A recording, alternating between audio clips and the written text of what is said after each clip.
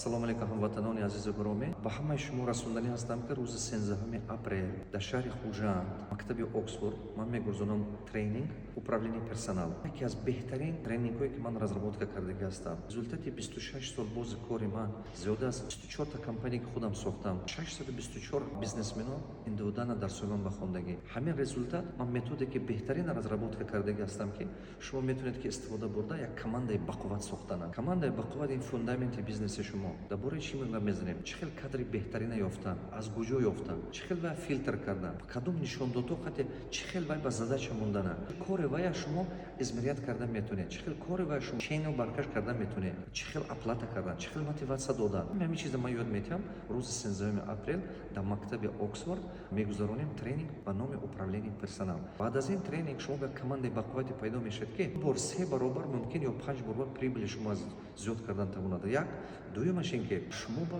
вақт пайдо мешавад. вақте пайдо мешавад ки барои худатонам зиндагӣ кардан ба имконият пайдо мекунед. рӯзи 13 апрел во мехӯрем дар мактаби Оксфорд.